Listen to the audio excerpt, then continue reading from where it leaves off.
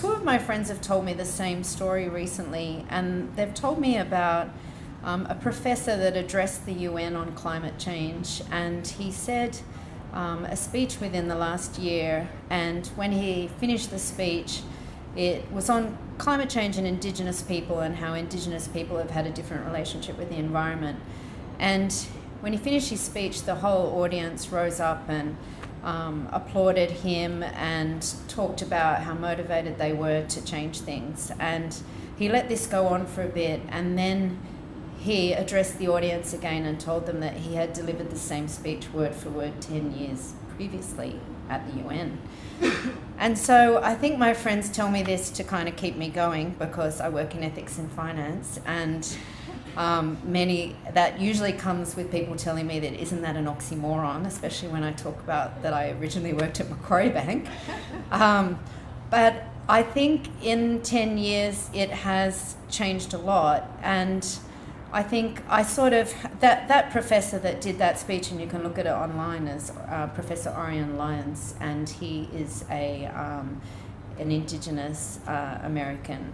And I think I had a kind of Orion Lyons moment, because I wrote a paper 10 years ago when I was at Macquarie Bank and I was sitting on the trading floor. I wrote a paper on ethics in finance with ideas about what the industry needed to do. And I submitted it for an award, and I won this award, and it was based out of Geneva, and I went there and I said a speech, and this year was 10 years of that award, and this year it was at the IMF, and I was invited to address the audience, and to be honest, I hadn't read my paper in 10 years, and so I pulled it up on the plane, and I pulled up my original speech, and really nothing had changed. It was pre-GFC, and even so, my kind of diagnosis of the things that were sort of wrong with the industry, or that people had issues with the industry, were pretty much the same. But distinctly, I suppose my response would be different in terms of what I said needed to be done now. So just to quickly cover the diagnosis of what's wrong with the industry. There are people all over the world that are constantly critiquing what's going wrong with banking and finance industry. Why is trust so low? Why are people worried? Why does the IMF announce that financial stability is under threat by the banking and finance industry? And I have started working with someone, Noel Pearson, who works on reform, but he wants to work on financial system reform. And recently he sent me a file of 7,500 articles that he collected during the GFC to diagnose it. So I had to read them, and this was what I came away with.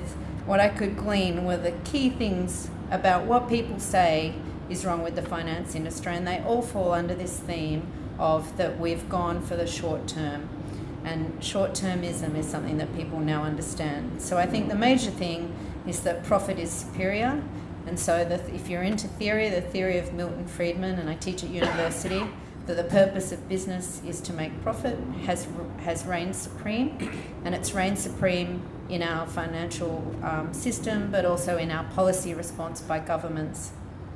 That's flowed into the interpretation of fiduciary duty. The other thing is obviously something people have talked about a lot, which is the incentives around remuneration and what kind of behaviours they drive, short-term financial incentives. Reporting requirements when something becomes listed and people are having to report on a quarterly basis.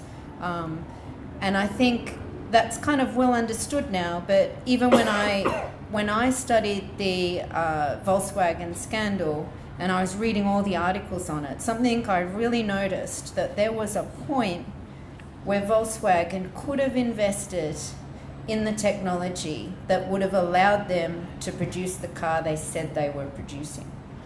And instead they chose not to invest the money to do that, and instead took the easy option of coming up with the deceitful device that was installed on the machines. And in some ways you could say that the Volkswagen case is an example of short-term behaviour. It's taking a shortcut to get there, and it definitely has come back to bite. The short-term reporting requirements have also driven short tenure of CEOs who don't want to rock the boat during their term. They can't invest in long-term decisions because they're being judged on a quarterly basis. I think one of the other things that came through the diagnosis was the concept of institutional investors, and their actual sort of end person is quite removed from the thing they're investing in. So it's allowed for decisions that people otherwise wouldn't make, and quite a detachment from the end user. The fiduciary duty. One that I'm increasingly looking at is technology and its impact on financial systems. So algorithmic trading, where, for example, the real estate next to a stock exchange is worth more because you can make more money based on the millisecond or the nanosecond that you can make a trade. We call it technological determinism because the technology allows us, well, the finance system does it. Other industries have drawn the line, and we've seen the debates within the medical profession about what they will allow technology to do, and they debate it and they debate it and they look at it in terms of ethics, whereas finance has gone headlong into what technology will allow. So that's another part of the diagnosis. And one I think that we can all potentially relate to just as individual customers is the rise of debt over savings.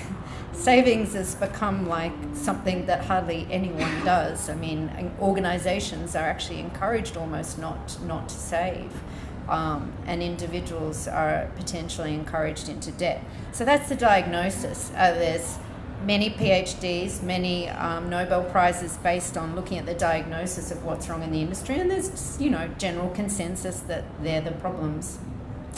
I think the treatment of what we've seen in response to these issues, we've had some consensus there as well. So we've seen a rise in regulation. It's a very common response, more regulation. We've seen central banks across the world backing up their finance industry.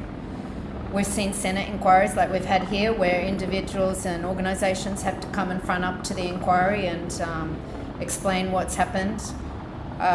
We've seen incentive schemes change, especially around advisor with commissions, and finally we're seeing some of those ties that were very accepted cut. And we've seen the language come out of the finance industry, which I must say has been for years and years about rogues, and the rogue traders have been dealt with, and the bad apples.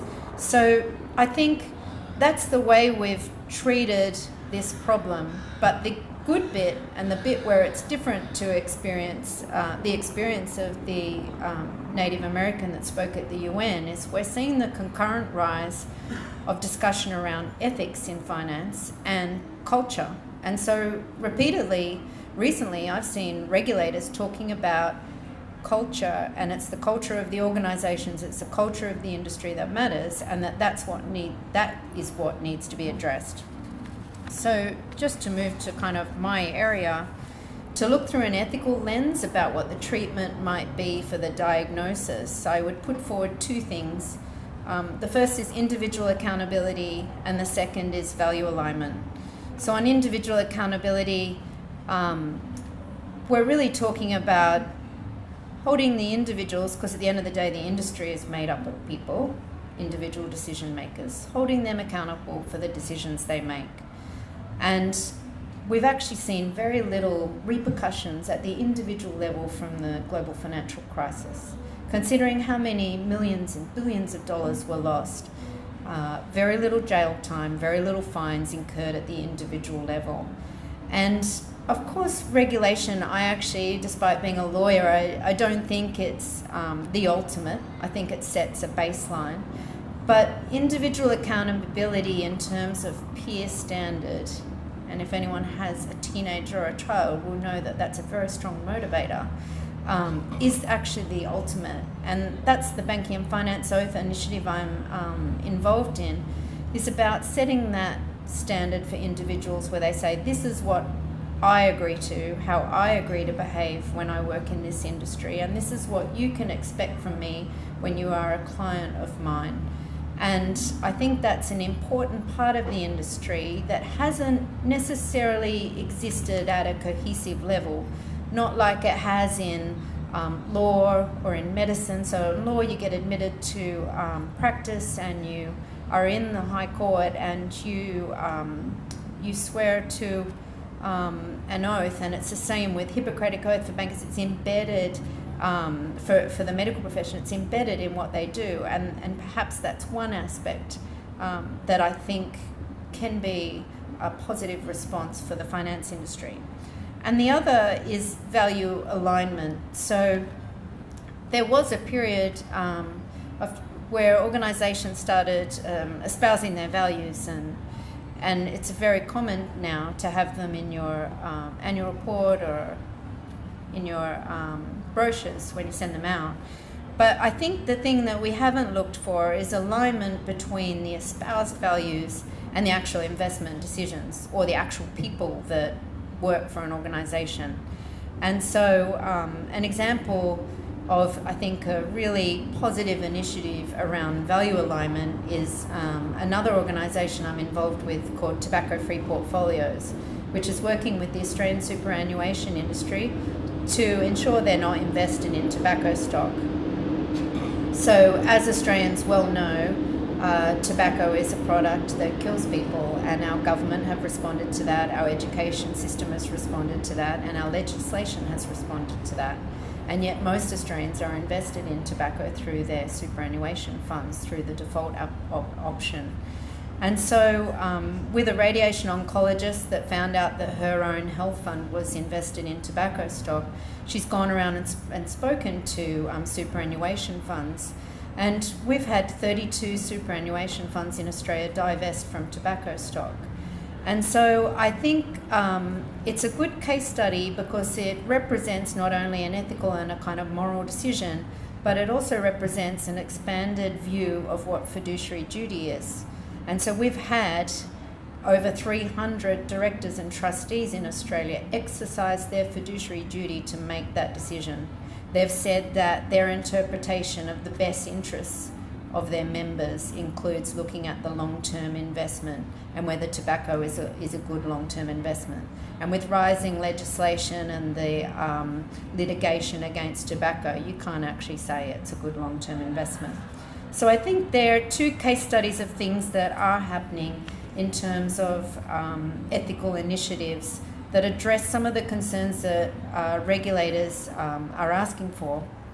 I think there's also a whole lot of other things, and I call them the front runners, organisations, people and movements that are moving the finance industry forward. Even this organisation, NAOS, by clearly stating what its values are, choosing this topic for a forum, they're putting out there what their values are, and they're saying this is what we stand for. And that is quite distinct, and they are sort of popping up, these organisations that are saying that values matter. The other is there's leaders speaking about it. We've also got frameworks to assist organisations, the UNPRI, the Principles for Responsible Investment, the Global Reporting Initiative. There's a lot more for organisations to kind of hang on to, and for people in organisations to point to say we should be doing some of that. I think since I started in this field, I've seen a kind of morphing from corporate social responsibility. For a time we dropped social and just called it corporate responsibility. Then we had ESG, environmental social governance. We've since moved into what I think is the new version of it, which is shared value, and we're talking about impact investing. And what I think each of those kind of initiatives is trying to do is to get at the core of the organisation, and previously it has been pushed to the side and become a department of the main business. Shared value tries to get right into the core of it, and impact investing comes from the other side saying we're judging you based on your social output. I think we've also seen recently, as some of you might have read, about Hester divesting from Transfield. That's really human rights in business affecting financial and investment decisions. And I think media platforms, social media platforms, actually allow that type of thing to happen now, which is more likely than it was before. So that's another development. And as I said, I think the really important one for those people to be able to listen to the activists that come up through social media, because sometimes they're very skeptical, and I can understand that completely. But with the expanded version of what fiduciary duty might mean, the evolution of that concept, coupled with people bringing them, good information, I think we are seeing a shift towards ethics.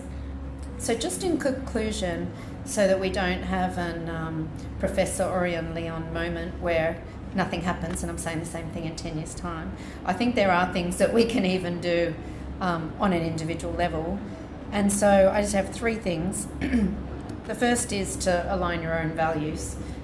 So firstly, of course, you align your own values with who you work for, align them with your clients, and you align your own investments. And as Australians, we all have investments through our superannuation and just through receiving pay in our bank accounts. So we can align our own values with our investment decisions. The second is to use the language of ethics with finance.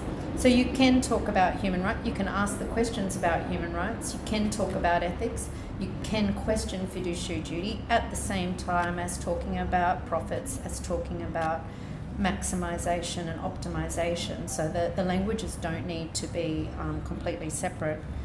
And then the final thing from when I went actually to the IMF in September was when Christine Lagarde addressed the audience. She said, we mustn't forget that financial services is a people business.